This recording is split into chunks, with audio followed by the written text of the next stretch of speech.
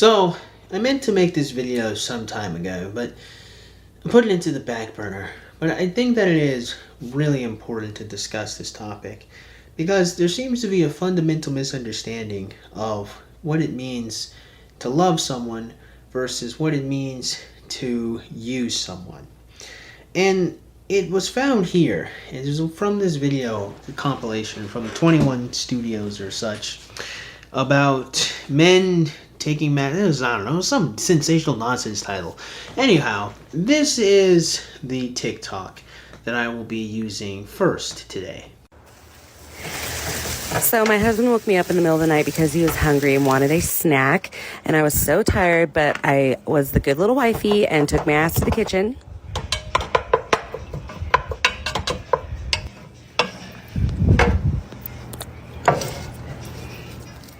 And I whipped him up a little snack.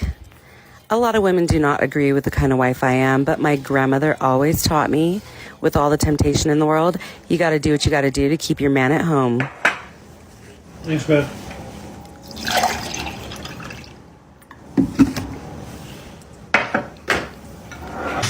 One more thing, don't ever go to bed with a dirty kitchen. Now, my first time viewing this, I couldn't really put my finger on why it bothered me. And when I did figure it out, I thought it'd be an interesting opportunity to use it as a video, explaining how I think critically about these topics. But I scrapped it because I didn't like the way it turned out. No, I still think that this topic needs to be discussed, because oftentimes that sentiment from young ladies, that conversation piece, sounds really great on the surface, so much so that it got added to this compilation, and it's a sentiment that's oftentimes repeated and regurgitated as the way men and women's relationship should be in the manosphere and red pill spaces sometimes. And I fundamentally disagree with it, because what that woman just described there was not love, it was fear. And fear is the opposite of loving someone. You know, at first I didn't really quite grasp what that meant the first time I heard someone say it. I used to always think that maybe hate was the opposite of love. But even then, love and hate are more companion pieces, one driven from the other. Usually, not always, if you hate something, it's mostly due to the disappointment that you had because you cared for it at first and because you loved it. Usually hate transforms itself from your first positive affection, or at least that's when it's at its most powerful. Now, of course, this isn't always the case, but usually, at least in my experience, that's how it's been. But fear is different than all of that. Fear isn't predicated on love. In fact, fear is the opposite of love, because love is a selfless emotion, while fear is a selfish emotion. Now, to be fair, that doesn't mean that if you can't feel fear because you love someone else, that would be asinine. Of course, you can be afraid for someone else, and that would be selflessness, and you worry about them. But the fear that the woman was exhibiting in that video was not that at all. If you listen to what she's saying, you'll find that she is not caring about this man for his own sake, but for her own sake. Again, what you find is that she's not worried about her husband not feeling appreciated and cared for. What she's worried about is her husband leaving her for someone else. And that is not love. It's fear. It's selfishness, losing something that is useful to you, versus love, taking care of something that's valuable to you. It's totally different things. In fact, what I find incredibly interesting is the fact that this is oftentimes considered like the benchmark, that the height of female sexual attraction comes when she believes she's about to lose you. We'll get back to that in just a moment.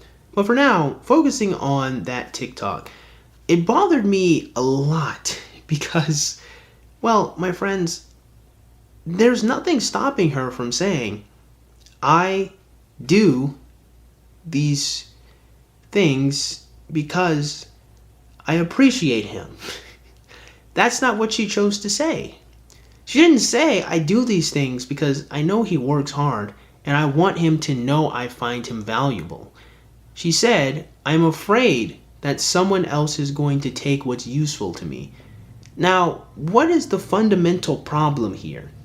The fundamental problem here is that using people or only wanting someone around you for their usefulness is exactly what breeds resentment when they stop doing the thing you want them to do. This is why money problems causes so much divorce or so many problems, particularly when men lose their jobs. Because what was useful about him was him being a provider. When he's not a provider anymore, friction starts. Because what the woman liked about him, what she wanted about him, what she was afraid of losing was his usefulness. The fact that he's able to get her stuff. She wasn't there because she really appreciated and loved him and wanted his life to be better for his own sake. She wanted her life to be better.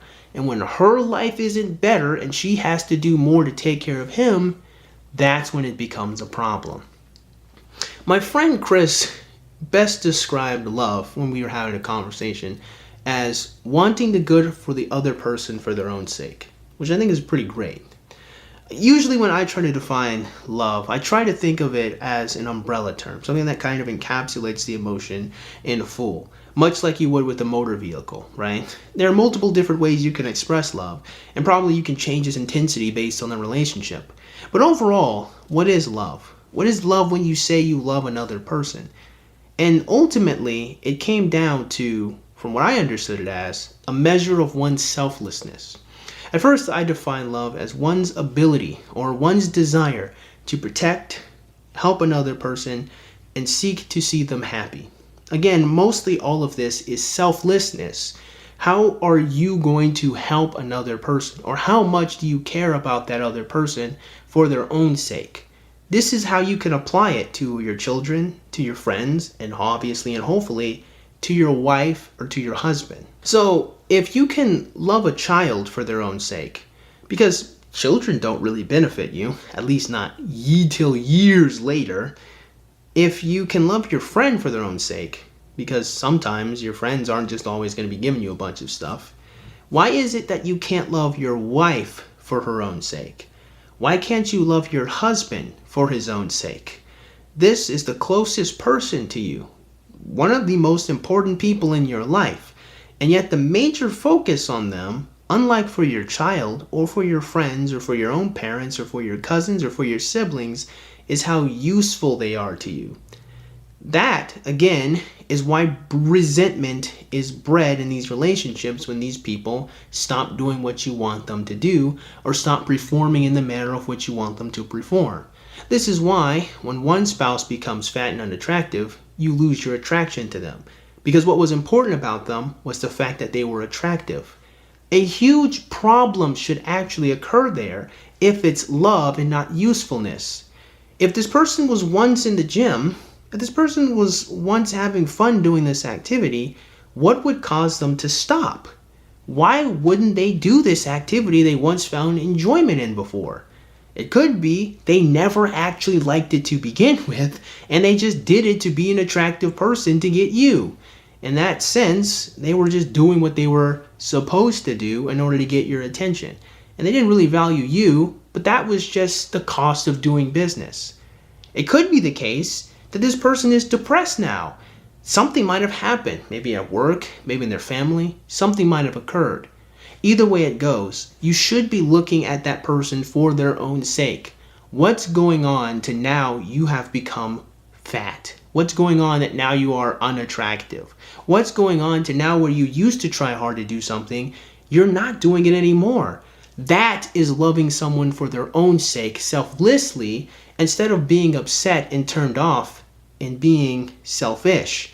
Because the way people look at love is much in the same way people use video games or toys or any object. When I say that I love Kingdom Hearts 2, what I'm saying is I get a lot of enjoyment out of playing it.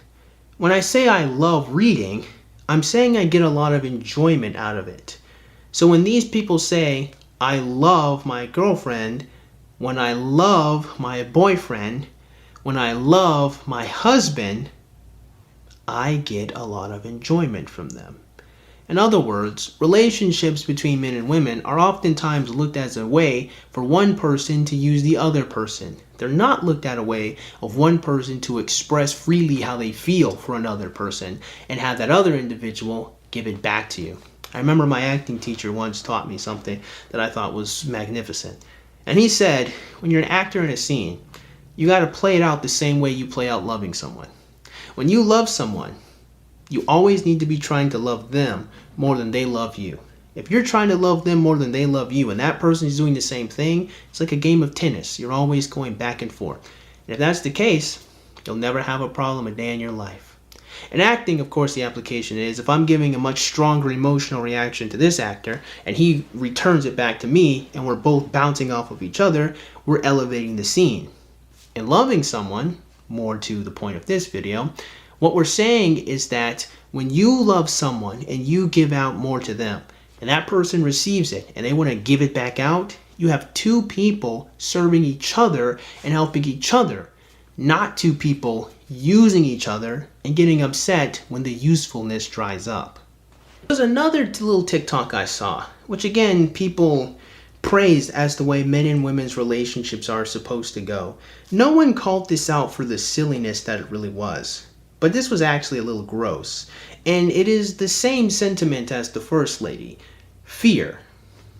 I don't get mad when my boyfriend, like, today he's on a radio show and I was listening to his show yesterday, but he was talking about that. You remember the World Cup, the Iranian, like that really hot girl? Do I remember? I think about it every day. Yeah. He mentioned something about her and I was like, they were just reading tweets that they liked, and it was some tweet about her, like we'll miss her, and I could tell that he was like turned on by her, and he didn't say it, but he was like I could just tell, like he sympathized with the tweet, and I was just like, and it made me like so jealous because she looks nothing like me, and I could tell that he like was definitely probably like zoomed in on a picture of her at one point, but man, it made me like so horny for him. I was just like, I miss you so much. I don't know. I like when I see him. But you've always kind of been like that, right? Yes. You like you. But it's like the threat. Like I'm gonna lose him to that, so I gotta like, yes. And it makes me. I always just get mad when women are like, he's attracted to women. I saw him looking at a girl. It's like if your boyfriend or husband stops being attracted to other women, he's dying. Yeah. Here's the thing. When you get into a monogamous relationship, it is not that your sexual feelings all just shut off for other people like a light switch. It's that your sexual attraction to other people is not more important than the love and care that you have for your partner. Now, when I was younger, I was certainly able to do this. Not really so much anymore, but I was able to just shut off the way I felt about other women and just laser focus in on one lady. This is oftentimes mocked as one-nightism in the red pill manosphere spaces, as if it's wrong for men to hone in and love one woman. The only wrong thing about it is the fact that we have a generation of women that don't like us. You think that might be more of the problem than the fact that men have the capacity to love women? Maybe, a little bit, kind of, huh, dumbasses? Anyway, tabling that discussion for another time. The point is, monogamy isn't about never finding another person ever attractive again. It's about honor and respect. It's about not letting the fact that you find other people attractive affect the way you feel about someone that chose to be with you. You chose to be with them. They chose to be with you. That's honor. I'm going to honor the engagement that you have sacrificed being with other people for me. And because you did that, I in turn will sacrifice every other person to be with you. The fact that you thinking that the person might find other women attractive then makes you sexually activated is sexual competition.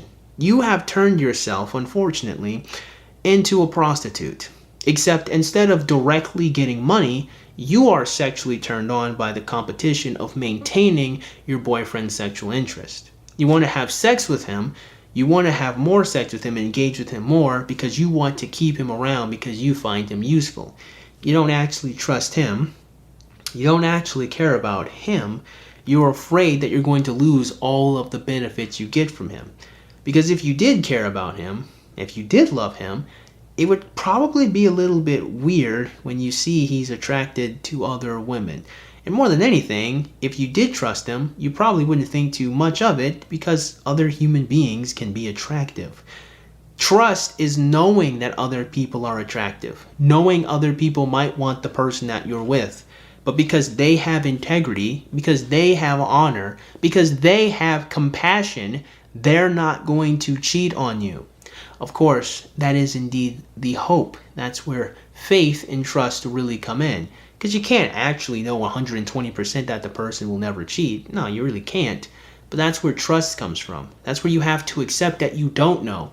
And you have to put your faith into the other person. That's a little bit of the reason why a lot of people think that love is a little bit of a spiritual thing. Because you are putting your faith in another person. You may not like the way that sounds, but that is what's going on. Sorry. In conclusion, relationships should not be an environment where people are jealous and competing with one another. They're an environment where people should be able to freely express themselves intimately. Think about it for a second. You are a goofy, weird person. Probably, I assume. There's something strange about you, as there's something strange about all of us. There are things that we hide about ourselves, that we don't want to talk to other people about. But sometimes there's a moment when you can just freely express yourself, when you can just be who you are, and it's just received. It is in that moment of intimacy you're finally fully allowed to be a full human being that can just be loved and cared for. That is the space where your relationship should reside in. Unfortunately, we have a lot of people who are fearful, terrified, and just downright traumatized, and don't understand that that is the core, that is what makes intimacy powerful. It's not that you have to be a special, amazing person to be loved. In fact, it's that you are not a special, amazing person, and you are still loved. That's what makes it powerful. That's what makes it awesome. It's the fact that you're being chosen for who you are. That person appreciates and cares about you. The problem is, if you're just being used, then you really aren't special, and you're only as good as your ability to be used by that person. That, my friends, is not love. That's not how you're supposed to have relationships. And it seems really silly that in every other circumstance, we recognize how wrong that is. You don't treat your mom like that. You don't treat your dad like that. You don't treat your friends like that. You don't treat your cousins like that. You don't treat your siblings like that. You don't treat your child like that. But we're supposed to treat our husbands like that? We're supposed to treat our wives like that? No other relationship is fully predicated on how useful the other person is, except a husband and a wife? No, that's silly. If someone loves you, they will want to be of service. It's not going to be the requirement. If someone loves you, they will want to be monogamous. They will want to protect your feelings. They will want to be of service. And that's what you should be seeking. Someone who genuinely wants to do the right thing.